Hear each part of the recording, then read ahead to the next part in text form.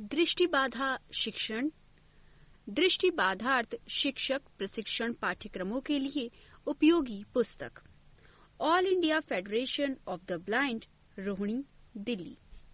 अध्याय 28, दृष्टिबाधा एवं अन्य विकलांगताएं। इस पुस्तक का ध्वन्यांकन विशेष रूप से दृष्टिबाधित पाठकों के लिए rehabilitation society of the visually impaired के सौजन्य से RSVI स्टूडियोज में किया गया है। RSVI डेजी स्टूडियोज का संचालन rehabilitation society of the visually impaired A303 Gopala apartments, Ram तीर्थ मार्ग, नरही, लखनऊ द्वारा किया जाता है। RSVI Daisy forum of India का एक सक्रिय सदस्य है। RSVI का ईमेल आईडी है daisyrsvi@gmail.com और दूरभाष संख्या है 0522-301-9456। पुस्तक का ध्वन्यांकन अप्रैल 2018 में हुआ तथा वाचन ऋचा श्रीवास्तव और सताक्षी गुप्ता का है। नोटिस। यह पुस्तक RSVI लखनऊ द्वारा मुद्रित सामग्री को पढ़ने में अक्षम व्यक्तियों के लिए डेजी डिजिटल ध्वन्यांकित पुस्तक प्रारूप में तैयार की गई है। ये पुस्तक भारतीय कॉपीराइट अधिनियम 1957 के 2012 में हुए संशोधन के अंतर्गत धारा 52(1) ZB के प्राविधानों के तहत विशेष रूप से मुद्रित सामग्री पढ़ने में अक्षम व्यक्तियों को वितरित करने हेतु निर्मित की गई है। केवल मुद्रित सामग्री पढ़ने में अक्षम व्यक्ति ही इस डेजी डिजिटल ध्वन्यांकित पुस्तक का प्रयोग करने के लिए अधिकृत हैं। इस पुस्तक की भविष्य में कोई भी प्रतिकृति मुद्रित सामग्री पढ़ने में सक्षम व्यक्तियों को वितरण करने अथवा व्यावसायिक प्रयोग हेतु पूर्णतः निषिद्ध है तथा ऐसा करना कानूनी कार्यवाही के अंतर्गत आएगा।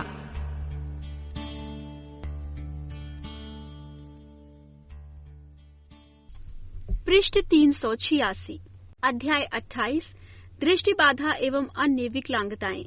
डॉक्टर स्वाति सान्याल। दृष्टिबाधितों के अध्यापक गण कई बार ये महसूस करते हैं कि उनके कुछ विद्यार्थियों में दृष्टिबाधा के साथ साथ अन्य बाधा या बाधाएं हैं। केवल दृष्टिबाधित बच्चों के साथ काम करने में प्रशिक्षित होने के कारण उन बच्चों में उपस्थित विविध बाधाओं को समझकर ऐसे बच्चों के लिए कार्य करने में उन्हें कठिनाई होती है। ऐसे में आवश्यकता है कि दृष्टिबाधा के साथ साथ अन्य विकलांगताओं की प्रकृति तथा अधिगम पर पड़ने वाले प्रभावों को भली भांति समझा जाए। दृष्टिबाधा तथा अन्य विकलांगताओं के लिए शिक्षक प्रशिक्षण एक चुनौतीपूर्ण कार्य है। ये बच्चे कई अलग अलग आवश्यकता वाले होते हैं। केवल दृष्टिबाधा युक्त बच्चों की तुलना में इनकी आवश्यकताओं की प्रकृति गंभीर होती है। इनके साथ सही रूप से कार्य करने के लिए अतिरिक्त बाधाओं की जानकारी होनी चाहिए। इस बात को समझना जरूरी होता है कि बहुविकलांगता का प्रभाव बच्चों के जीवन को एक नहीं बल्कि कई तरह से प्रभावित करता है। दृष्टिबाधा के साथ अन्य विकलांगताओं में प्रमुख हैं मानसिक तथा अन्य संज्ञानात्मक विमंदिता, श्रवण अक्षमता, शारीरिक विकलांगता, व्यवहार तथा संवेगात्मक समस्याएं आदि। उपरोक्त अतिरिक्त बाधा युक्त बच्चों के बारे में विशेष चर्चा करने से पहले हम ऐसे बच्चों के सीखने के तरीके पर एक नजर डालना उपयोगी होगा। किसी भी बच्चे में दृष्टिबाधा तथा अन्य विकलांगता होने से वो अन्य बच्चों की अपेक्षा अलग तरह से सीखता है। दृष्टि हानि या श्रवण हानि, व्यवहार संज्ञान तथा शारीरिक किसी भी प्रकार की हानि बच्चों को सीखने की प्रक्रिया को प्रभावित करती है। इन बच्चों को सिखाने के लिए निम्न बातों पर ध्यान दिया जाना चाहिए। नंबर 1, दक्षता का स्थानांतरण। मानसिक विमंदित बच्चों की तरह बहुत से दृष्टिबाधित बच्चों, विशेष तौर पर उन बच्चों में जो जन्म से दृष्टिबाधित हों, उनमें सीखने के स्थानांतरण करने के कौशल में कमी पाई जाती है। इसके लिए आवश्यक है कि उन्हें वास्तविक परिस्थिति में ही दक्षताएं सिखाई जाएं। पृष्ठ 387, नंबर 2, मूर्त तथा अमूर्त अधिगम। बाह्य जगत की संकल्पना बनाने में अन्वेषण तथा प्रारंभिक अनुभवों की बहुत बड़ी भूमिका होती है। अमूर्त प्रत्ययों के निर्माण में दृष्टिमूलक संकेत तथा तत्कालिक अनुभव मदद करते हैं। दृष्टि के अभाव में अमूर्त प्रत्यय बनाने में स्वयं सीखने का अवसर मिलना चाहिए। नंबर 3, ध्यान देने का विस्तार। जिन बच्चों में दृष्टिबाधिता के साथ अन्य विकलांगता हो, उनके लिए शैक्षिक कार्यक्रम बनाते समय इस बात को अवश्य समझ लेना चाहिए कि वे कितनी देर तक किसी काम पर ध्यान दे सकते हैं। नंबर 4, श्रवण तथा दृष्टिमूलक अधिगम। अधिकतर लोग ये सोचते हैं कि सभी दृष्टिबाधित बच्चे सुनकर ज्यादा सीखते हैं, जबकि ध्यान देने योग्य बात यह है कि बहुत से दृष्टिबाधित बच्चों में श्रवण प्रत्यक्षीकरण योग्यता की कमी होती है और कुछ अल्पदृष्टि बच्चे दृष्टि प्रत्यक्षीकरण पर निर्भर करते हैं। इन बातों पर ध्यान देते हुए उन्हें सिखाना चाहिए। नंबर 5, स्पर्शीय क्षमता। दृष्टि तथा अन्य विकलांगता युक्त कई बच्चों में स्पर्श क्षमताओं के विकास में कठिनाइयों का सामना करना पड़ता है। ऐसे बच्चों को स्पर्श क्षमता के विकास में माता पिता के सहयोग की अत्यधिक आवश्यकता होती है। नंबर 6, सक्रिय तथा निष्क्रिय अधिगम। जिन बच्चों में दृष्टि बाधा के साथ अन्य विकलांगताएं हों, उनमें अधिगम निसहायता देखने को मिलती है। सेलिगमैन ने कई प्रयोगों से ये प्रदर्शित किया है कि जब किसी व्यक्ति को स्वयं कार्य करने का अवसर नहीं मिलता है तो वो धीरे धीरे अपने आप पर विश्वास खो देता है और अपने को असहाय मानने लगता है। माता पिता अध्यापक गण भी उसके बारे में हीन धारणा रखकर इस बात की पुष्टि कर देते हैं। अतः आवश्यकता है इन बच्चों को सक्रिय रूप से कार्य करने के लिए प्रोत्साहित करने की। उपरोक्त बातों से हम इस निष्कर्ष पर पहुंचते हैं कि दृष्टिबाधित और अन्य विकलांगता युक्त बच्चों की आवश्यकताएं बहुत भिन्न हैं। उन्हें कई विशेषज्ञों की मदद मिलनी चाहिए। माता पिता तथा विशेषज्ञ के मध्य तालमेल भी अत्यावश्यक है। पृष्ठ 388, धीमी गति से सीखने वाले दृष्टिबाधित बच्चे। इस लेख का प्रमुख विषय यद्यपि दृष्टि बाधा के साथ अन्य विकलांगता युक्त बच्चों के सीखने पर चर्चा करना है, फिर भी ये उचित होगा कि हम पहले एक नजर उन बच्चों पर भी डाल लें जिन्हें आमतौर पर धीमी गति से सीखने वाले कहा जाता है तथा ऐसे बच्चे लगभग प्रत्येक कक्षा में देखने को मिलते हैं। वैसे तो ऐसे बच्चों को विशेष आवश्यकता वाले बच्चों की श्रेणी में नहीं रखा जाता, फिर भी ऐसे बच्चों की आवश्यकताओं को समझते हुए उन्हें कक्षा स्तर पर लाना अध्यापकों के लिए एक चुनौती है। चूंकि ऐसे बच्चे लगभग सभी कक्षाओं में मिलते हैं, लक्षण तथा आवश्यकताओं के बारे में चर्चा करना आवश्यक होगा। इनमें सीखने की योग्यता होने के बावजूद भी ये अपने समान आयु के बच्चों की अपेक्षा धीरे तथा कम गहनता से सीखते हैं। किसी भी नए प्रत्यय को सीखने में इन्हें ज्यादा समय तथा कई बार अधिक साधनों की आवश्यकता पड़ती है। मनोवैज्ञानिकों के अनुसार बच्चों की बुद्धि लब्धि यदि 90 से 70 के अंदर हो तो उन्हें हम धीमी गति से सीखने वाले बच्चों की श्रेणी में रख सकते हैं। विकासशील देशों में देखा गया है कि कुपोषण, गरीबी तथा परिवार में अशिक्षा के कारण बच्चों में सीखने के प्रति रुचि का अभाव तथा सीखने में धीमापन आता है। दृष्टिबाधित बच्चों में इन कारणों के अतिरिक्त कई बार अनुभवों की कमी, प्रारंभिक हस्तक्षेप न होना तथा अनुकरणात्मक सीखने की अयोग्यता के कारण भी धीमापन दिखाई देता है।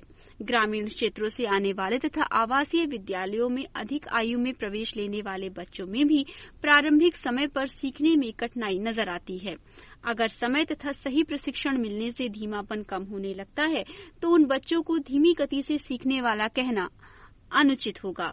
कुछ लक्षणों के आधार पर इन्हें पहचाना जा सकता है जो इस प्रकार से हैं। किसी कार्य को पूरा करने में औसत दृष्टिबाधित बच्चों के मुकाबले ज्यादा समय लगना, व्यक्तिगत ध्यान देने के बावजूद भी छात्र का कक्षा कार्य में अच्छा परिणाम न ला सकना, इनमें विकास की देरी, किसी बीमारी का इतिहास जैसे दौरा पड़ना आदि का होना, बच्चों का शब्द भंडार कम होना अथवा बोलने में चतुर होना लेकिन लिखने में कमजोर होना, उसे विभिन्न बातों को बार बार बताया जाना, अतिशीघ्र आवेश में आ जाना, भावनात्मक रूप से उग्र हो जाना अथवा असमायोजित आचरण करना, अपने लिए कोई सार्थक लक्ष्य निर्धारित नहीं कर पाना और समय के प्रबंधन तथा ध्यान देने में कठिनाई का अनुभव करना। पृष्ठ 389। एक ध्यान देने योग्य बात ये भी है कि केवल कक्षा में अच्छा प्रदर्शन न कर पाने से ही कोई छात्र धीमी गति से सीखने वाले वर्ग में नहीं आता है। कक्षा के अधिकतर छात्र सभी विषयों में अच्छा परिणाम प्राप्त नहीं कर पाते, इसलिए जब तक मानकीकृत परीक्षण से परिणामों का अच्छी तरह से अध्ययन न किया जाए तब तक किसी को धीमी गति से सीखने वाला बच्चा नहीं कहा जा सकता है। अतः निर्णय लेते हुए दृष्टि बाधा के प्रत्यक्ष प्रभावों का भी अवलोकन करना जरूरी है। धीमी गति से सीखने वाले बच्चों के अध्यापकों के लिए सुझाव। इन बच्चों को सीखने के लिए बार बार व अधिक अभ्यास कराना आवश्यक है। ऐसे स्थान पर कार्य किया जाए जहां शांत वातावरण हो तथा बच्चे को कार्य करते हुए उसके कार्य का निरीक्षण करना संभव हो। ऐसे कार्य करने का अवसर दिया जाना जिसमें उसे सफलता का अनुभव मिले। कार्य कराते समय बच्चे के साथ संबंधित विषय पर बातचीत करना। अध्ययन कौशल सिखाया जाना। बच्चे को सिखाते समय पाठ की अधिक महत्वपूर्ण बातों पर विशेष ध्यान देना। सहपाठी अध्यापन पर विशेष ध्यान देना। मूल्यांकन के लिए लघु परीक्षण, मौखिक परीक्षा आदि पर बल देना। इन बच्चों के लिए उपचारात्मक शिक्षण आवश्यक है, अतः आवश्यकता अनुसार अधिक समय देकर भी इन्हें कक्षा के अन्य बच्चों के स्तर तक लाने का प्रयास करना होगा। पृष्ठ 390 दृष्टिबाधा तथा मानसिक विकलांगता या बौद्धिक अक्षमता। बौद्धिक अक्षमताओं के वैज्ञानिक अध्ययनों के अंतर्राष्ट्रीय संघ यानी कि national association of the scientific studies in intellectual disabilities द्वारा मानसिक विमंदता के स्थान पर बौद्धिक विकलांगता यानी कि इंटेलेक्चुअल डिसेबिलिटीज को 1990 के दशक से स्वीकृत किया गया है, लेकिन हमारे देश में कानूनी तौर पर अभी भी मानसिक विमंदता शब्द का ही प्रयोग हो रहा है। इसलिए इस अध्याय में इसी शब्द का प्रयोग किया जा रहा है। मानसिक विमंदता की परिभाषा। मानसिक विमंदता संबंधी अमेरिकी संघ the American association of mental retardation 1992 के अनुसार मानसिक दुर्बलता का संबंध वर्तमान कार्यवाही में पर्याप्त परिसीमाओं से है। ऐसे बालकों में बौद्धिक क्षमता औसत से कम होती है। इन बालकों में सामाजिक समायोजन के क्षेत्र में संचार, आत्म देखरेख, घरेलू जिंदगी, सामुदायिक अनुप्रयोग, आत्मदिशा, स्वास्थ्य एवं सुरक्षा, कार्यात्मक शिक्षा, अवकाश एवं कार्य में से किन्हीं 2 या 2 से अधिक कौशलों में एक साथ समस्याएं परिलक्षित हो सकती हैं। मानसिक दुर्बलता 18 साल की आयु से पहले ही अभिलक्षित होती है। इस परिभाषा में व्यक्ति विशेष योग्यता, आवश्यकता तथा सहायता के प्रकार तथा मात्रा पर बल दिया गया है। इन बच्चों को कुछ हद तक सभी क्षेत्रों में सहायता की आवश्यकता होगी। सहायता की प्रकृति वातावरण तथा व्यक्ति के अनुसार भिन्न भिन्न हो सकती है। पिछले कई दशकों से ये ज्ञात है कि मानसिक विमंदित बच्चों में दृष्टिबाधा की संभावना अन्य बच्चों की अपेक्षा अधिक है। इस निष्कर्ष पर पहुंचना इसलिए संभव है कि दृष्टिबाधितों के संस्थानों में बहुत से बच्चे बौद्धिक विकलांगता युक्त मिलते हैं। दृष्टिबाधा तथा मानसिक विमंदिता के लक्षण। अधिगम संबंधी लक्षण। दृष्टिबाधा के साथ मानसिक विमंदिता होने से कोई भी नया कौशल सीखने में अत्यधिक समय लगता है एवं कठिनाई होती है तथा दूसरों से कम संख्या में कौशलों को सीख पाते हैं। ब्राउन व अन्य के अनुसार अधिगम से संबंधित कुछ महत्वपूर्ण समस्याओं में उपयुक्त उद्दीपक तथा संकेत के प्रति ध्यान देने में कमी, दूसरों का अनुसरण करने में समस्या, पहले सीखी हुई दक्षताओं तथा सूचनाओं को स्मरण करने में कठिनाई, अलग अलग दक्षताओं को एक अर्थपूर्ण समग्र में संश्लेषित करने में असमर्थता, सामान्यीकरण करने में तथा स्वयं के व्यवहार को व्यवस्थित करने में कठिनाई सम्मिलित है। पृष्ठ 391 वैयक्तिक सामाजिक लक्षण। ऐसे बच्चे आमतौर पर दूसरों से तब तक अलग रहते हैं जब तक कि उन्हें दूसरों के साथ अंतःक्रिया करना सिखाया न जाए।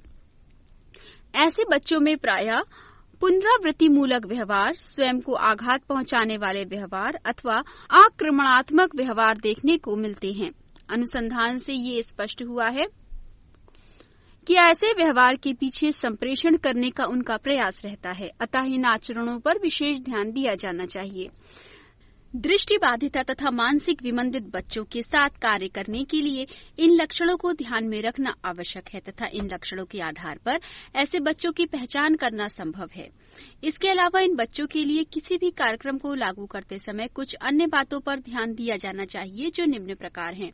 नंबर 1, सभी बच्चे सीख सकते हैं। कोई भी बच्चा अपनी विकलांगता के बावजूद भी सीख सकता है। उसे सिखाने का उत्तरदायित्व अध्यापक तथा शैक्षिक कार्यक्रमों पर है। नंबर 2, बच्चे को उसके स्तर के अनुसार सामग्री प्रदान की जाए। इन बच्चों को सिखाते हुए हम कई बार असफल रहते हैं।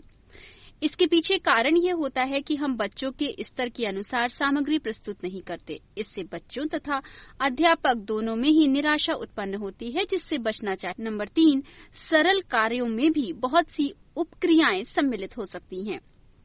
पैंट पहनना जैसे सरल कार्य को अगर उदाहरण के रूप में लें तो उसमें भी पैंट के पैरों को ढूंढना, पैंट में पैर डालना, उसे ऊपर चढ़ाना, कमर की पट्टी को सही रखकर हुक लगाना आदि कई क्रियाएं सम्मिलित हैं। इन सभी पद सोपानों पर ध्यान देते हुए इन्हें सीखना पड़ता है। नंबर 4, सही प्रकार से पुनर्बलन दिया जाए। ये पुनर्बलन किसी भी प्रकार की प्रशंसा या पुरस्कार के रूप में हो सकता है। इन्हें सिखाते हुए 2 आवश्यक नियमों को ध्यान में रखा जाए। क, कोई भी नया सोपान कर लेने पर पुनर्बलन दिया जाए। ख, कार्यों को पद सोपानों के क्रम से अपने आप कर लेने का अवश्य पुनर्बलन दिया जाए। पृष्ठ 192। नंबर 5, हर बच्चा एक दूसरे से भिन्न है। बच्चों में दृष्टिबाधा तथा मानसिक विमंदिता की मात्रा अलग अलग हो सकती है, इसलिए बच्चों की व्यक्तिगत विभिन्नताओं को ध्यान में रखते हुए किसी भी कार्य को कराते समय उसके पद सोपानों में अंतर रखना आवश्यक हो जाता है। नंबर 6, कार्य सिखाने से पहले मूल्यांकन आवश्यक है। कुछ भी सिखाने से पहले बच्चे के वर्तमान स्तर को जानना, उसकी क्षमताओं तथा सीमाओं को समझ लेना आवश्यक है। जैसा कि सभी जानते हैं, मानसिक विमंदिता से निष्पादन प्रभावित होता है। दृष्टिबाधा होने से ये समस्या और जटिल हो जाती है, क्योंकि दृष्टिबाधा से सूचना प्राप्त करने में सीमाएं आरोपित हो जाती हैं। इसलिए दृष्टिवान मानसिक विमंदित बच्चों की अपेक्षा इन बच्चों को अपनी अवशेष इंद्रियों पर अधिक निर्भर रहना पड़ता है तथा सीखने के लिए अधिक समय और ऊर्जा की आवश्यकता होती है। दक्षता तथा आचरणों को प्राप्त करने की विधियां। इन बच्चों का व्यापक मूल्यांकन करके ये निर्धारित किया जाता है कि इन्हें कौन कौन सी दक्षताएं तथा व्यवहार सिखाए जाने चाहिए। दक्षताओं को चुनते हुए अध्यापक को आंशिक भागीदारी के सिद्धांत को ध्यान में रखना चाहिए। इस सिद्धांत का तात्पर्य ये है कि सभी बच्चों को कक्षा के किसी न किसी क्रिया में भाग लेने का अवसर मिलना चाहिए। आंशिक रूप से किसी कार्य को कर लेना भी पूरे कार्य को कर लेने से कम महत्वपूर्ण नहीं है। इन बच्चों को किसी भी कौशल को सीख लेने के लिए एक महत्वपूर्ण तकनीकी है इंस्ट्रक्शनल प्रॉम्प्ट्स। ये प्रॉम्प्ट्स या सहायता के प्रकार तथा स्तर भिन्न भिन्न हो सकते हैं। पृष्ठ 393। वातावरणीय संकेत। जैसे छुट्टी की घंटी संकेत देती है अब अपने घर जाना है। शारीरिक मुद्रा संकेत जैसे उंगलियों से इशारा करना, सम्मति सूचक सिर हिलाना आदि। मौखिक संकेत अप्रत्यक्ष, एक शब्द अथवा वाक्यांश से इशारा करना। मौखिक संकेत प्रत्यक्ष, बच्चों को सीधा बोलकर संकेत देना। चित्र संकेत, चित्र शब्द प्रतीक जो दिशा बताएं। स्पर्शीय संकेत, वस्तुओं प्रतीक ब्रेल में लिखे शब्द। मॉडल संकेत, अनुकरण के लिए प्रदर्शन करना। पूर्ण रूप से दृष्टिबाधित बच्चे के लिए ये उपयुक्त तरीका नहीं है। आंशिक दैहिक संकेत, कोहनी अथवा बाहों पर स्पर्श करके इशारा करना। पूर्ण दैहिक संकेत, पूरे कार्य में पकड़कर इशारा करना। दृष्टिबाधित तथा मानसिक विमंदित बच्चों के लिए इस प्रॉम्प्ट का प्रयोग करना जरूरी हो सकता है। सबसे कम मात्रा में prompt system of least prompt से शुरू करके आवश्यकता अनुसार सहायता की मात्रा को बढ़ाया जाए। यह आमतौर पर प्रयुक्त होने वाली एक तकनीक है। क्रमिक मार्गदर्शन, ये एक अन्य रणनीति है जिसमें पहले अधिक मात्रा में सहायता से क्रमशः कम सहायता की तरफ बढ़ा जाता है। इसका उदाहरण ये है कि पहले हाथ के ऊपर हाथ रखकर सहायता से शुरू करके अंत में अध्यापक केवल हाथ थोड़ा ऊपर रखकर बिना स्पर्श किए उनका मार्गदर्शन कर सकते हैं। विभिन्न प्रकार के प्रॉम्प्ट के अलावा अन्य कई तकनीकें भी दृष्टिबाधित मानसिक विमंदित बच्चों के साथ प्रयोग की जा सकती हैं, जिनमें शेपिंग भी एक है। इस विधि में लक्ष्य तक पहुंचने के लिए बच्चों के हर सही प्रयास को पुनर्बलन दिया जाता है। चेनिंग, ये एक अन्य विधि है जिसमें सबसे पहले सिखाई जाने वाली दक्षता को छोटे छोटे सोपानों में बांट दिया जाता है और एक बार में एक पद सिखाया जाता है। पृष्ठ 394। दृष्टिबाधित मानसिक विमंदित बच्चों को सिखाते हुए अध्यापक अवश्य बच्चों द्वारा किए गए सही कार्य को पुनर्बलित करें। उपर्युक्त पुनर्बलन चुनने के लिए अध्यापक बच्चे की पसंद तथा नापसंद पर ध्यान दे। जब बच्चा एक बार किसी दक्षता या कौशल को सीख ले तो उसका अभ्यास करने के लिए अलग अलग परिस्थितियों का निर्माण किया जाना चाहिए ताकि सीखने के बाद उन दक्षताओं का सामान्यीकरण कर सके तथा याद भी रख सके। ऐसे बच्चों को आमतौर पर दृष्टिबाधितों के लिए विशेष विद्यालय में प्रवेश मिलता है, लेकिन कई बार समय पर बच्चे की अतिरिक्त विकलांगता का पता न चलने के कारण उसकी सही सेवाएं उसे नहीं मिल पाती हैं। विद्वानों का मानना है कि अगर अल्प मात्रा में मानसिक विमंदता हो तो ऐसे बच्चे समावेशित विद्यालयों में भी पढ़ सकते हैं। चाहे किसी भी प्रकार के विद्यालय में इन्हें दाखिला मिले, उनके लिए दिए जाने वाले प्रशिक्षण जीवनोपयोगी होने चाहिए। वैसलिंग एवं फोक्स ने इनके साथ कार्य करने के लिए कुछ सिद्धांतों का उल्लेख किया है, जो कि इस प्रकार से हैं। नंबर 1, इनके लिए दिए जाने वाले निर्देश प्रासंगिक व दिन प्रतिदिन की क्रियाओं पर आधारित होने चाहिए, न कि कृत्रिम वातावरण पर। नंबर 2, बच्चों के लिए उपयोगी कौशलों को वर्तमान तथा भविष्य की जरूरतों को ध्यान में रखकर सिखाया जाना चाहिए। नंबर 3, निर्देशों से बच्चों को अच्छा जीवन जीने का अवसर मिले, जैसे समुदाय में जीवन यापन, रहन सहन, सामाजिक संबंध निर्माण, स्वयं पसंद करने तथा चुनाव करने की योग्यता और स्वस्थ रहना। नंबर 4, सिखाई जाने वाली दक्षताओं का पर्याप्त अभ्यास करवाया जाना चाहिए। मिलती जुलती दक्षताओं को एक साथ सिखाया जाना चाहिए।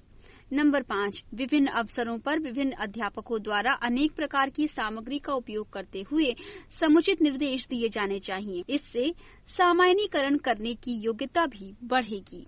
नंबर 6, दिन प्रतिदिन के जीवन कौशल कक्षा के बाहर वास्तविक वातावरण में सिखाए जाने चाहिए।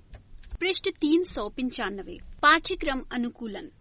दृष्टिबाधित मानसिक विमंदित बच्चों के लिए पाठ्यक्रम में अनुकूलन करके उन्हें सामान्य कक्षा में पढ़ाने का अभ्यास किया जा सकता है। पाठ्यक्रम अनुकूलन का मुख्य उद्देश्य है पाठ्यक्रम को सभी के लिए सुगम बनाना। नंबर 1, यथावत पाठ्यक्रम। विकलांग बच्चे भी अन्य बालकों के समान पाठ्यक्रम समान विधि से पढ़ें। नंबर 2, सहायता के साथ। समान क्रियाओं के साथ साथ अन्य सामग्री, उपकरण आदि की सहायता से इन बच्चों को पाठ्यक्रम की विभिन्न क्रियाएं सिखाई जा सकती हैं। ये सहायता अध्यापक, सहपाठी तथा विशेषज्ञों द्वारा दी जा सकती है। नंबर 3, अनुकूलित सामग्री। विकलांग बच्चा अनुकूलित सामग्री की सहायता से अपने समायु बालकों के समान कार्यों को कर पाएगा।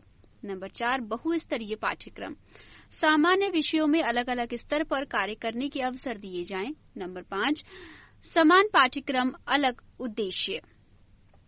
विकलांग बच्चा समान समूह में अर्थात एक ही कक्षा में कार्य कर रहा है, लेकिन कार्य का उद्देश्य उसके लिए अलग है। जैसे गणित की कक्षा में लता टॉफियां पकड़ने और रखने की क्रिया कर रही है, जबकि बाकी सहपाठी गिनती करना सीख रहे हैं। नंबर 6, प्रतिस्थापित पाठ्यक्रम। जब दृष्टि बाधा के साथ मानसिक विमंदिता के कारण बच्चा सामान्य पाठ्यक्रम को ग्रहण नहीं कर पाता, तब उसके लिए दूसरा पाठ्यक्रम बनाया जाता है। उसके बहुविषयी टीम के सहयोग से बनाई हुई व्यक्तिगत शैक्षिक परियोजना को लागू किया जाता है। अंत में ये कहना उचित होगा कि इन बच्चों को उपयुक्त सहायता देकर जहां तक संभव हो सके स्वावलंबी बनाया जाए। पृष्ठ 396, दृष्टिबाधित स्वलीन बच्चे। दृष्टिबाधित बच्चों में स्वलीनता के प्रभाव को समझने के लिए हमें स्वलीनता यानी ऑटिज्म क्या है ये समझना चाहिए। बच्चे के कुछ क्षेत्रों में स्वलीनता से प्रभावित शिशु जन्म से ही कुछ अलग होते हैं, जो आगे चलकर स्पष्ट होता जाता है। सामाजिक व्यवहार, संप्रेषण तथा काल्पनिक शक्ति, इन तीनों क्षेत्रों में इनके व्यवहार दूसरों से अलग होते हैं। नीचे एक सूची दी जा रही है जिससे बच्चों में स्वलीनता की संभावनाओं का पता लगाया जा सकता है। विलंबित मुस्कान अथवा मुस्कान का अभाव, माता पिता तथा परिवार के अन्य सदस्यों के साथ लगाव न होना, आंखों से संपर्क न बना पाना, अकेले रहना पसंद करना, गले लगाना, छाती से लगाना आदि न पसंद करना, शरीर को लगातार एक ही तरह चलाना, आगे पीछे हिलाना डुलाना आदि, किसी वस्तु को लेकर लगातार एक ही क्रिया करना, अपने वातावरण में परिवर्तन होने से अत्यधिक परेशानी महसूस करना, अमौखिक संप्रेषण की कमी, दूसरों द्वारा किए गए इशारों को न समझ पाना, दूसरों द्वारा किए गए चेहरे की अभिव्यक्ति का अनुकरण न करना, दूसरे शिशु के साथ किसी प्रकार का तालमेल न बना पाना।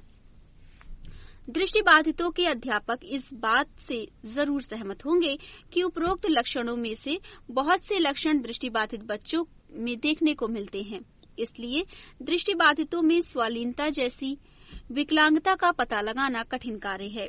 कई शोधकर्ता जैसे कीलर, वेल्स आदि ने जन्म से दृष्टिबाधित बच्चों में सामाजिक अलगाव, निरुद्देशीय खेल, दूसरों की बातों की नकल न कर पाना, वार्तालाप शुरू करने में कमी, पुनरावृत्तिमूलक व्यवहार तथा प्रतीकात्मक खेल की कमी का उल्लेख किया है।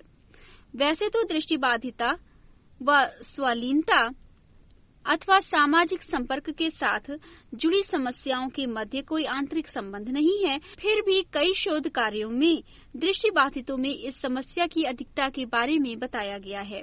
पृष्ठ 397। रोजर्स तथा न्यूहार्ट लार्सेन ने जन्म से आंशिक या पूर्ण रूप से दृष्टिबाधित बच्चों का अध्ययन किया और पाया कि उनमें मध्यम से गंभीर मात्रा में स्वलीनता के लक्षण थे। फ्रेबर्ग ने 27 प्राथमिक कक्षा के दृष्टिबाधित बच्चों पर जो अध्ययन किया उसमें 7 बालक स्वलीन थे। चैस के अध्ययन से ये पता चलता है कि कॉग्निटल रूबेला सिंड्रोम वाले बच्चों में आम जनसंख्या की तुलना में अधिक मात्रा में स्वलीन बच्चे पाए जाते हैं। यहाँ पर ये बात उल्लेखनीय है कि जबकि दृष्टिबाधित बालकों तथा स्वलीन बालकों के व्यवहार में बहुत समानता नजर आती है, लेकिन अंतर ये है कि निर्देश देने पर दृष्टिबाधित तुरंत ध्यान दे सकते हैं, जबकि स्वलीन तब भी अपने आप में मग्न से रहते हैं तथा अंतःक्रिया में कमी दिखाते हैं। इन अध्ययनों के कई साल बाद सैंडलर तथा हॉब्सन ने एक नर्सरी में दृष्टिबाधित शिशुओं का अवलोकन किया। उन्होंने पाया कि जो बच्चे संतुष्ट तथा शांत स्वभाव के लग रहे थे, वे धीरे धीरे वातावरण के प्रति उदासीनता तथा अपनी इच्छा को न बता पाने जैसे व्यवहार करने लगे। इस अध्ययन के निष्कर्ष के रूप में ये कहा गया कि प्रारंभिक हस्तक्षेप न होने के कारण गंभीर दृष्टिबाधा वाले स्वलीन बच्चों के अहम तथा सामाजिक विकास नकारात्मक रूप से प्रभावित हो सकते हैं। दृष्टिबाधित बच्चों पर कैस व अन्य आदि के एक व्यवस्थित अध्ययन से पता चलता है कि जिन बच्चों में अति गंभीर दृष्टिबाधा है, उनके विकास में 3 क्षेत्रों में पिछड़ापन है, जिसे निम्न 3 वर्गों में बांटा जा सकता है: सामाजिक अंतःक्रिया, भाषा तथा संप्रेषण और व्यवहार। ये तीनों अधिक क्षेत्र स्वलीनता के भी निदानात्मक लक्षण हैं। कुछ अन्य आधुनिक अध्ययनों ने ये रिकॉर्ड किया है कि मानकीकृत स्वलीनता परीक्षणों में दृष्टिबाधितों में स्वलीनता के लक्षण अधिक मात्रा में हैं। 42% ब्राउन आदि, 17% प्रिंग और टॉडी, जबकि स्वलीन बच्चों की सामाजिक अंतःक्रिया में जो कमी है उसका कारण उनकी समझ में कमी है, लेकिन दृष्टिबाधित में ऐसा व्यवहार दृष्टि के न होने के कारण है। पृष्ठ 398। वातावरण के अन्य लोगों के भावनात्मक संकेतों को न देख पाने के कारण इनको समझने में कठिनाई होती है और इसके परिणाम स्वरूप सामाजिक दिशा में कठिनाई होती है। नॉर्वे के टेम्बरटॉन दृष्टिबाधिता राष्ट्रीय केंद्र के लिंगसैथ तथा निहाइम द्वारा लिखे गए एक लेख में दृष्टिबाधित तथा स्वलीन में कई समानताएं बताई गई हैं। इन समानताओं के पीछे हालांकि बहुत से कारण होंगे, फिर भी दोनों समूहों में निम्न समस्याएं देखने को मिलती हैं: सृजनात्मक क्रियाओं का अभाव, खेल से जुड़े रहने की दक्षता में कमी, अत्यधिक मात्रा में इकोलैलिया, पूर्वानुमान लगाने के लिए सहायता की आवश्यकता होना, व्यवहार से संबंधित सामाजिक नियमों को समझने में समस्या, सामान्यीकरण करने में कठिनाई, पुनरावृत्तिमूलक व्यवहार, आसपास के वातावरण के प्रति उदासीनता। इन समस्याओं की मात्रा अलग अलग हो सकती है। इस लेख से ये और पता चलता है कि ऐसे बच्चे नॉर्वे में अधिकतर मानसिक विमंदितों के लिए विद्यालयों में अथवा दृष्टिबाधितों के लिए विशेष विद्यालयों में प्रवेश लेते हैं। मुकैडस व अन्य द्वारा किए गए अध्ययन में ये बात स्पष्ट हो गई है कि इन बच्चों की आंख तथा स्नायु तंत्र के उपचार के साथ साथ सामाजिक सांवेगिक विकास, भाषा तथा व्यवहार संबंधी समस्याओं को कम करने के लिए प्रारंभिक हस्तक्षेप आवश्यक है। दृष्टिबाधित स्वलीन बच्चों के लिए प्रशिक्षण विधियां। दृष्टि का अभाव सामाजिक दक्षताओं को प्रभावित करता है, क्योंकि बहुत सी दक्षताएं दूसरों के अनुसरण द्वारा सीखी जाती हैं। दूसरी तरफ स्वालीनता से प्रभावित व्यक्तियों में भी सामाजिक रूप से पिछड़ापन रहता है। जो बुनियादी सामाजिक व्यवहार और सामाजिक नियम हम अपने आसपास के सामाजिक वातावरण के अनुसरण द्वारा सीख लेते हैं, वे एक स्वालीन व्यक्ति को सिखाने पड़ सकते हैं। अतः दृष्टिबाधित बच्चे स्वलीन हों अथवा ना भी हों, सामाजिक कौशल प्रशिक्षण से अवश्य लाभान्वित होंगे। पृष्ठ 399। स्वलीन बच्चों में पाई जाने वाली सामाजिकरण संबंधी आम कठिनाइयां। नंबर 1, सीमित और विसामान्य संबंध। अपनी आयु वर्ग के बच्चों की जगह अपने से बड़े या छोटे बच्चों के साथ अधिक आराम महसूस करते हैं। अभिजात संबंधों के विकास के लिए सभी बच्चों को अलग अलग रूप से तैयार करना होता है। दृष्टिवान स्वलीन बच्चों को आमतौर से चित्र बनाकर कौन आ रहा है तथा क्या करना चाहिए और वो कब वापस जाएगा आदि समझाया जाता है। दृष्टिबाधित स्वलीन बच्चों को ये सब मौखिक रूप से ही समझाना होगा, साथ ही शारीरिक संकेतों का प्रयोग करना होगा। नंबर 2, सीमित काल्पनिक एक ही प्रकार के खेल। कल्पना शक्ति सीमित होने के कारण वे खिलौनों से अटपटे ढंग से खेलते हैं। एक ही तरह के खेल बार बार खेलते हैं। कुछ गिने चुने खिलौनों तथा वस्तुओं से लगाव रखना एक आम स्वलीन व्यवहार है। नंबर 3, मित्रता समझाने में कठिनाई। एक स्वलीन व्यक्ति को मित्रता या दोस्ती का प्रत्यय समझाने में कठिनाई होती है। मित्रता से जुड़े भावनात्मक और व्यवहारिक आचरण इसमें सीमित होते हैं। स्वलीनता से प्रभावित बच्चों को मित्र बनाने के लिए सही प्रशिक्षण देना पड़ता है, इसलिए कुछ पहलुओं पर काम करना होगा। दूसरे व्यक्ति के साथ बौद्धिक निकटता का शिक्षण दिया जाए। मनोभाव अर्थात दूसरा व्यक्ति भी कुछ सोच रहा है ये समझाया जाए। सामाजिक कहानियों द्वारा मित्रों के साथ उचित व्यवहार किया जाए। नंबर 4, अपने अनुभव दूसरों के साथ बांटने की सीमाएं।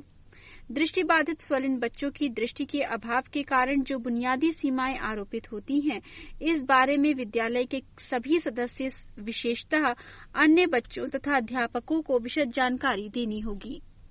पृष्ठ 400। भाषा तथा संप्रेषण कौशल प्रशिक्षण। स्वलीन बच्चों में भाषा से संबंधित कई तरह की समस्याएं होती हैं। नंबर 1, ये बच्चे अपना ध्यान एक जगह केंद्रित न कर पाने की वजह से कई घटनाओं की अधूरी जानकारी ही हासिल कर पाते हैं, इसलिए मन में व्यग्रता बनी रहती है। नंबर 2, ये बच्चे किसी शब्द के शाब्दिक अर्थ और उसके भावार्थ का अंतर समझने में असमर्थ होते हैं। नंबर 3, द्विअर्थी शब्द या ऐसे शब्द जिनका अर्थ प्रसंग के अनुसार बदल जाता है को समझने में कठिनाई होती है। इन समस्याओं को कम करने के लिए साधारण भाषा में और शाब्दिक अर्थ को ध्यान में रखकर बात की जाए। उदाहरण के लिए, ये कुत्ते का मॉडल अथवा खिलौना है, न कि ये कुत्ता है। किताब टेबल पर रख दो, न कि इसे वहां रख दो। नंबर 4, सकारात्मक भाषा बोलें। जो काम करना है वो बताएं, न कि जो नहीं करना है। उदाहरण के लिए, कुर्सी पर बैठे रहो, न कि कुर्सी से मत उठो। चलो, न कि दौड़ो मत। यहाँ ध्यान देने योग्य बात यह है कि दृष्टिबाधित बालक को पहले कुर्सी की स्थिति बताई जानी चाहिए। नंबर 5, इन बच्चों को सिर्फ तभी प्रश्न पूछा जाए जब उसके उत्तर को सुनने के लिए हम तैयार हों। उदाहरण के लिए, क्या तुम होमवर्क करोगे? अगर उसका उत्तर नहीं तो हमें वही स्वीकार करना पड़ेगा। ऐसी स्थिति में बेहतर होगा कि कहा जाए, होमवर्क का समय हो गया है, कुर्सी पर बैठो। नंबर 6, इन बच्चों से बात करते हुए वाक्य पूरा व सामान्य गति के साथ बोलें। यदि आप कोई नया प्रत्यय सिखा रहे हैं तो वस्तु दिखाने के साथ उसका वर्णन करें। दिनचर्या में परिवर्तन होने से ये बच्चे बहुत परेशान हो जाते हैं। इनकी नई अथवा अगली होने वाली घटना के लिए इन्हें तैयार करें, जैसे कि पहले हम और फिर तुम करोगे। उत्तर कैरोलिना यूनिवर्सिटी के टीच विभाग ने लगभग 25 वर्षों से स्वलीन और संचारण से प्रभावित बच्चों को पढ़ाने और प्रशिक्षण देने के सरल तरीके विकसित किए हैं। इनमें सबसे अधिक लाभदायक और प्रसिद्ध विधि है संरचना विधि। स्वलीन बच्चे को स्वयं को और अपनी प्रतिदिन होने वाली गतिविधियों को व्यवस्थित करने में कठिनाई होती है। दृष्टि बाधा से ये कठिनाई और ज्यादा हो जाती है। संरचना द्वारा इस कमी को काफी हद तक पूरा किया जा सकता है। पृष्ठ 401। कुछ विशेष सुझाव संरचना हेतु। नंबर 1, घर में जगह की कमी हो तो फर्नीचर को ऐसे लगाएं जिससे कि एक ही कमरे में अलग अलग स्थान सीमांकित हो सके। बेड से कुछ दूर दरी बिछा दें। बच्चे को दिखाकर समझाया जाए कि सोना बेड पर है, खेलना दरी पर। नंबर 2, स्कूल की कक्षा में ऐसी वस्तुओं को हटा दें जिनसे बच्चे का ध्यान भटकता हो। नंबर 3, इन बच्चों के साथ काम करते समय अध्यापक बच्चे से धीमे स्वर में बात करें, उनकी इच्छा अनुसार स्पर्श दें आदि। नंबर 4, इन बच्चों के साथ काम करने में एक शब्द पर ध्यान दें, वो है निरस्तरता यानी कि कंसिस्टेंसी। नंबर 5, इनकी व्यवहार संबंधित समस्याओं को सुलझाने में सफल और प्रभावशाली पुनर्बलन का प्रयोग किया जाए। अस्थि तथा स्नायु विकलांगता दृष्टिबाधित। अस्थि तथा स्नायु विकलांग दृष्टिबाधित। गंभीर अस्थि विकलांगता किसी भी बच्चे की शैक्षिक गतिविधियों को प्रभावित करती है। अस्थि विकलांगता क्लबफूट बीमारी, पोलियो मैलिटीज, bone tuberculosis, cerebral palsy, amputation and fractures और बर्न से उत्पन्न होती है। इनमें से कई स्थितियों के साथ दृष्टिबाधा हो सकती है। नीचे ऐसी ही एक स्थिति का वर्णन किया जा रहा है। JRA, कई लोगों में इरीज दिखाई देती है। इससे प्रकाश में असुविधा तथा दृष्टि धुंधली हो जाती है। ऐसे बच्चों के लिए कक्षा की चमक रहित सामग्री अथवा अल्प दृष्टि उपकरण अथवा बड़े छापे वाले अक्षर की पुस्तकों की व्यवस्था करनी चाहिए। JRA बुद्धि को प्रभावित नहीं करता है, लेकिन निरंतर दर्द तथा थकान के कारण विद्यालय के कार्य पर प्रभाव पड़ सकता है। जोड़ों में दर्द के कारण चलना प्रभावित हो सकता है, अतः कक्षा कक्ष बदलना जैसी क्रियाओं के लिए समय ज्यादा देना होता है। ऐसी अवस्था में बच्चों को Braille speak, Braillette, Braille note taker जैसे उपकरणों या ऐसे अनुकूलित कंप्यूटर दिए जाएं जिन पर कम दबाव से कार्य किया जा सके। पृष्ठ 402। Muscular dystrophy. विभिन्न आयु के लोगों को प्रभावित करने वाले अलग अलग तरह के MD हैं। इनमें से सर्वाधिक आम नाम है ड्यूचेनीज डिस्ट्रॉफी, जिससे 2 से 6 साल के लड़के प्रभावित होते हैं। ये एक वंशानुगत बीमारी है। किसी बच्चे में अगर इसके साथ दृष्टिबाधा है तब कक्षा में अनुकूलन आवश्यक हो जाता है। इनमें से जिन बच्चों के कंधे की मांसपेशियां दुर्बल हैं, उनमें ऐसी व्यवस्था करनी चाहिए जिससे वो आराम से बैठकर टाइप आदि का काम कर सके। फेल्ट टिप कलम का प्रयोग अल्पदृष्टि बालकों के साथ किया जाना चाहिए, जिससे पढ़ने लिखने में स्पष्टता के साथ उंगलियों से दबाव कम देना पड़ेगा। वर्क सरफेस को थोड़ा कोण बनाते हुए ऊपर उठाने से पुस्तक रखकर उसके पृष्ठ पलटना आसान हो जाएगा। पुस्तक को स्कैन करके कंप्यूटर से पढ़ने से पृष्ठ पलटने की परेशानी नहीं रहेगी। इसके अलावा क्रिया करते हुए विश्राम, परीक्षा आदि में अतिरिक्त समय देकर कक्षा में इन्हें अच्छी प्रगति करने का अवसर दे सकते हैं। स्नायु तंत्रीय विकार। स्नायु तंत्रीय विकलांगता में मस्तिष्क, मेरुदंड तथा प्रीफ्रंटल नर्वस, जो कि त्वचा और मांसपेशियों को मेरुदंड के साथ जोड़ती है, इन सभी को प्रभावित करने वाली विभिन्न दिशाएं जुड़ी हैं। जन्म से 22 साल तक एक व्यक्ति को प्रभावित करने वाले स्नायु तंत्रीय विकार में प्रमुख हैं मिर्गी का दौरा पड़ना, मस्तिष्क में चोट जैसे प्री मस्तिष्कीय पक्षाघात आदि। Spina bifida. स्पाइना बिफिडा की दशा तब होती है जब रीढ़ की हड्डी के नीचे के हिस्से की बनावट में कमी होती है। स्पाइना बिफिडा के कारण सेंसेशन की कमी तथा मांसपेशियों का पूर्ण अथवा आंशिक लकवा हो जाता है। उदाहरण के लिए अगर 8 ट्रॉके कशेरुका में क्षति हो तो धड़ और पैर प्रभावित होगा। लकवा की मात्रा अनुसार बच्चे को चलने के लिए अलग सहायक सामग्री की जरूरत होगी, जैसे ब्रेसेस अथवा खपच्ची, बैसाखी अथवा व्हीलचेयर। स्पाइना बिफिडा वाले बच्चे अधिकतर बहुविकलांग होते हैं। उनमें दृष्टिबाधा जैसे स्ट्रैबिमस तथा ऑप्टिक नर्व एथॉर्पी देखने को मिल सकती है। स्ट्राबिमस में 2 आंख की दृष्टि में मेल नहीं रहता। 6 साल से पहले इसका उपचार न होने पर एम्ब्लिफोया यानी कि सुस्त आंख तथा गहराई प्रत्यक्षीकरण की समस्या दिखाई देती है। स्ट्राबिमस के कारण ट्रैकिंग में बच्चे समस्या महसूस करते हैं। ऑप्टिक एथॉर्पी की ऐसी दशा है जिसमें ऑप्टिक नर्व प्रभावित होती है और उसके कारण दृष्टि तीक्ष्णता की कमी, दृष्टि क्षेत्र संकुचित होना अथवा दोनों ही हो सकते हैं। ऐसे बच्चों में बड़े छापे वाले अक्षर तथा पृष्ठभूमि से अधिक रंग विभेद की आवश्यकता होती है। विशेष अध्यापक इनकी आवश्यकताओं का मूल्यांकन करके उचित कक्षा प्रबंधन कर सकते हैं। पृष्ठ 403। मिर्गी का दौरा पड़ना। मिर्गी का दौरा पड़ना एक आम स्नायु तंत्रीय विकार है जिससे कुछ बच्चे प्रभावित होते हैं। इन बच्चों के लिए पाठ्यक्रम में अनुकूलन की आवश्यकता नहीं होती, केवल दृष्टि बाधा के कारण विशेष आवश्यकताओं पर ध्यान देना पर्याप्त है। मिर्गी का दौरा पड़ने पर कक्षा में उनका ध्यान रखना एक अध्यापक के लिए चुनौती है। प्रमस्तिष्कीय पक्षाघात। प्रमस्तिष्कीय पक्षाघात शब्द का अर्थ मस्तिष्क तथा चलने में असमर्थता से जुड़ा हुआ है। प्रमस्तिष्कीय पक्षाघात युक्त बालकों के दृष्टि तंत्र का कोई भी भाग प्रभावित हो सकता है। इन बच्चों की आंखों को चिकित्सक के द्वारा पूरी तरह से जांच लेना चाहिए। शोध कार्य से ये पता चला है कि विभिन्न प्रकार के प्रमस्तिष्कीय पक्षाघात को केवल मांसपेशीय क्रियाओं से नहीं बल्कि खास न्यूरो ऑप्थाल्मोलॉजिकल विशेषताओं से परिभाषित किया जा सकता है। ऐसे बच्चों में विभिन्न प्रकार के दृष्टि दोष तथा दृष्टि निषिद्ध करने में कठिनाई जैसी समस्याएं पाई जाती हैं। कभी कभी लेंस का धुंधलापन भी होता है। स्पेक्टिक डायप्लेजिया में नीचे के दृष्टि क्षेत्र में हानि पाई जाती है तथा शरीर की गति को निर्देशित करने के लिए भी दृष्टि क्षमता में कमी एवं आंखों से ढूंढने की क्षमता भी सीमित होती है। हीमीप्लेग बच्चों में दृष्टि तीक्ष्णता सामान्य होती है लेकिन दृष्टि क्षेत्र के आधे भाग में क्षति दिखाई देती है। एपिस्टिक क्वाड्राप्लीगिया में सीमित दृष्टि दक्षता और भैंगापन प्रायः देखने को मिलता है। पृष्ठ 404। उपचारात्मक विधियां। नंबर 1, पढ़ते समय कोई शब्द न छूट जाए अथवा चलते हुए न टकराए।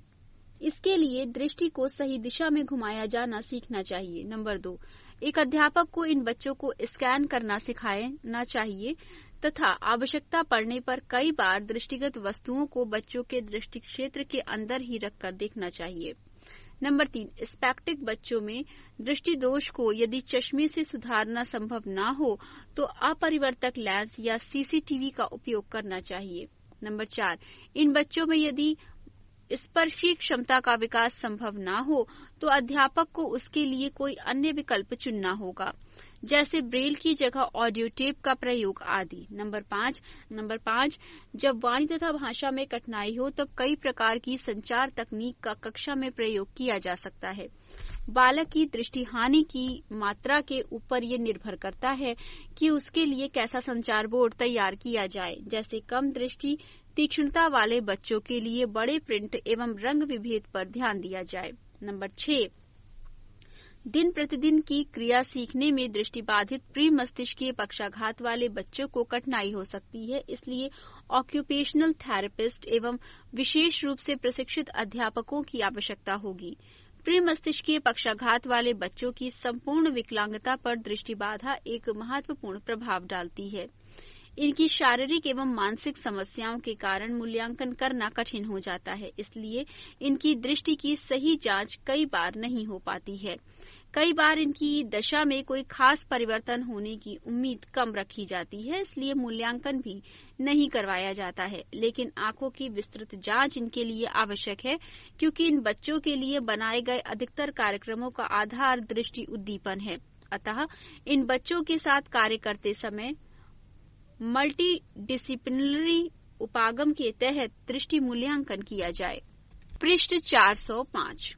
दृष्टि बाधा के साथ प्री मस्तिष्कीय पक्षाघात वाले बच्चों के लिए सहायक सामग्री। इन बच्चों के लिए ऑक्यूपेशनल तथा स्पीच थेरेपिस्ट या विशेष अध्यापक की आवश्यकता होती है एवं माता पिता को भी अतिरिक्त ध्यान देना पड़ता है। प्री मस्तिष्कीय पक्षाघात वाले बच्चों में अधिकांशतः बैठने, खड़े होने आदि की मुद्रा में दिक्कतें आती हैं। इनके लिए निम्न उपकरण प्रयोग होते हैं। Number 1, side lyer. ये एक बेंचनुमा सीट होती है जिस पर बच्चे को एक करवट लेटी अवस्था में रखा जाता है और बेल्ट की सहायता से बांधकर रखते हैं। Number 2, wedge. ये एक पट्टानुमा तल होता है जो आगे से थोड़ा उठा हुआ होता है। इस पर बच्चे को पेट के बल लिटाकर रखते हैं। Number 3, prone stand.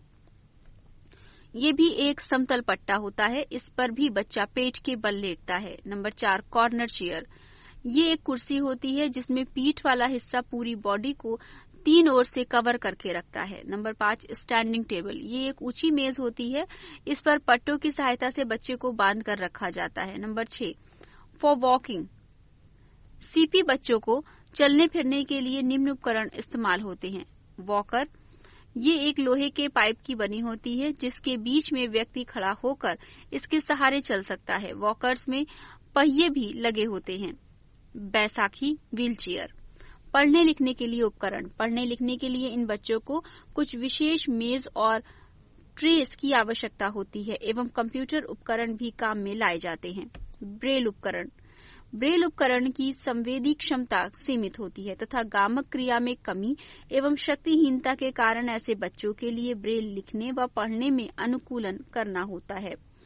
इन्हें जंबो ब्रेल सिखाई जाती है मगर जंबो ब्रेल में उपलब्ध सामग्री कम होती है एवं विशेषज्ञों का भी मानना है कि ये उचित नहीं है, इसलिए ऐसे बच्चों को ऑडियो टेप्स या डिस्क पर विशेष सामग्री उपलब्ध कराई जाती है। पृष्ठ 406। इसके अलावा विद्युत चालित ब्रेलर अथवा बड़ी चाबियों वाला ब्रेलर दिया जाता है। इन बालकों को ब्रेलर का वन हैंडेड ऑपरेशन सिखाया जाता है। गणित के लिए बोलते कैलकुलेटर और कंप्यूटर आदि का प्रयोग किया जाता है। कंप्यूटर से संबंधित उपकरण। शारीरिक रूप से निःशक्त छात्रों के लिए अनुकूलित कीबोर्ड तथा अन्य विशेषता युक्त कंप्यूटर प्रयोग में लाए जा सकते हैं। केवल उपयोग में आने वाली चाबियों को खुला छोड़कर बाकी चाबियों को ढकने का भी प्रबंध किया जा सकता है। अगर बच्चे को मुंह में लगातार राल टपकने की समस्या है तब भी शील्ड का प्रयोग किया जा सकता है। पुस्तक रखने का स्टैंड और पृष्ठ बदलने का उपकरण। अल्पदृष्टि बालकों के लिए प्रयोग में लाया जाने वाला पुस्तक का स्टैंड शारीरिक रूप से निःशक्त बच्चों के लिए भी उपयुक्त सिद्ध होता है। पन्ना पलटने के लिए उंगली में रबर कमजोर उंगली वाले बच्चों के लिए हानिकारक। रिपीट। पन्ना पलटने के लिए उंगली में रबर कमजोर उंगली वाले बच्चों के लिए सहायक होगी। इसके अलावा हैंड बैंड तथा माउथ पीस पर लगा इलेक्ट्रॉनिक उपकरण भी प्रयोग होता है। अंत में ये कहना उचित होगा कि दृष्टि बाधा के साथ अन्य विकलांगता युक्त बच्चों के साथ काम करने के लिए दृष्टि बाधा तथा दूसरी विकलांगता दोनों के प्रभावों का विवेचन करना होगा। न केवल अध्यापक बल्कि माता पिता तथा अन्य विशेषज्ञ भी सहयोगी बनकर कार्य कर सकते हैं। जितनी जल्दी इन बच्चों की आवश्यकताओं की पहचान तथा उनके लिए हस्तक्षेप किया जाए उतना ही ये सार्थक होगा। प्रत्येक अध्यापक को प्रशिक्षण कार्यक्रम में इनके साथ कार्य करने का अनुभव दिया जाए तो अच्छा होगा। पृष्ठ 407। संदर्भ सूची। Number 1, Brown L Nisbet, J. Ford, A. Sweet M. Shringa, B. York, J. and Looms, R. 1983. A critical need for non-school instruction and educational program for severely handicapped students in Sachs, S2 and Silberman R.K. editions, 1998. Educating students who have visual impairments with other disabilities. Baltimore Paul H. Brooker's Publishing Company. Number 2, Brown R. Hobson, R. P. Lee, A. Stevenson, J. 1997 are there.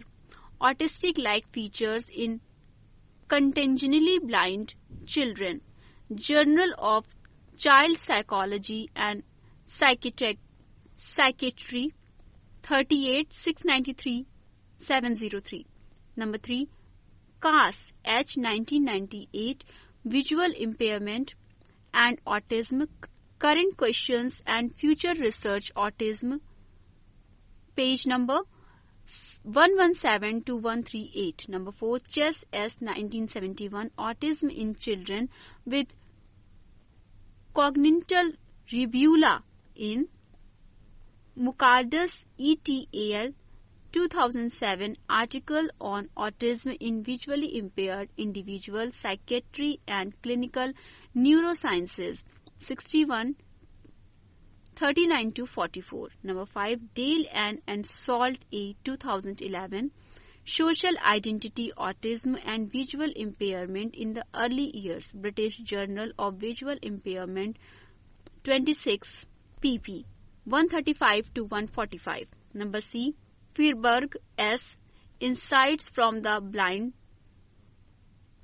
Souvenir Press. Number 7, Fries Rakel, 2010, Visual Impairment and Autistic Spectrum Disorders, Wikipedia Research. Number 8, Hobson P.R. and Bishop M, 2011, The Pathogenesis of Autism, Insights from Congenital Blindness Abstract, http://royalsociety.org/358/1430355. Short. 9.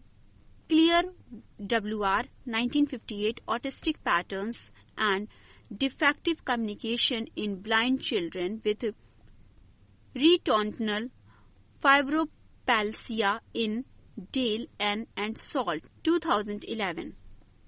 10.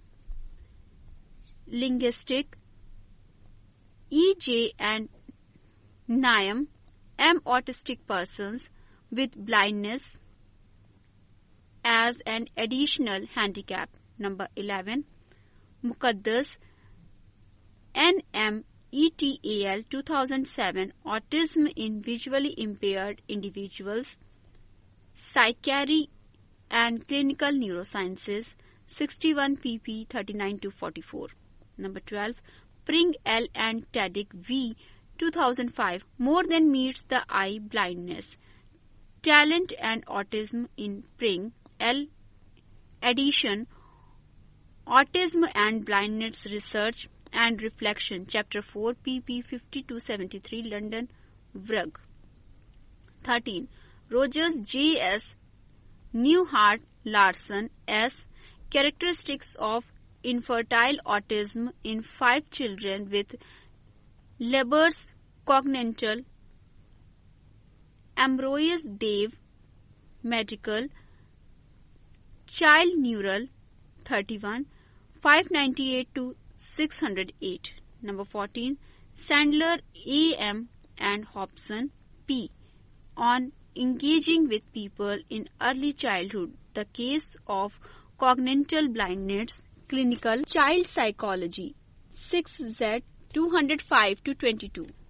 408. Number 15, Seligman M.E.P. 1991, Learning to be Helpless in Sachs, S.Z. and Silberman R.K. eds. 1998, Educating Students Who Have Visually Impairment with Other Disabilities, Baltimore Paul A. Brooker's Publishing Company. 16. Westling D.L. and Fox L. 1995, Teaching Students with Severe Disabilities, Upper Sladder Lever, N.J. Prentice Hall. Number 17. Will D. 1979, Early Speech Development in Blind Children, Psychoanalytic Study of the Child, 34, 85 to 117. 18. चसवाल Indu, autism और भावनाओं का सीमित ज्ञान, autism network, volume 3, issue 1 अप्रैल. Number 19. चसवाल Indu 2008, सामाजिक कौशल का प्रशिक्षण, autism network, volume 3, issue 3 December 2008, pp. 8 to 11.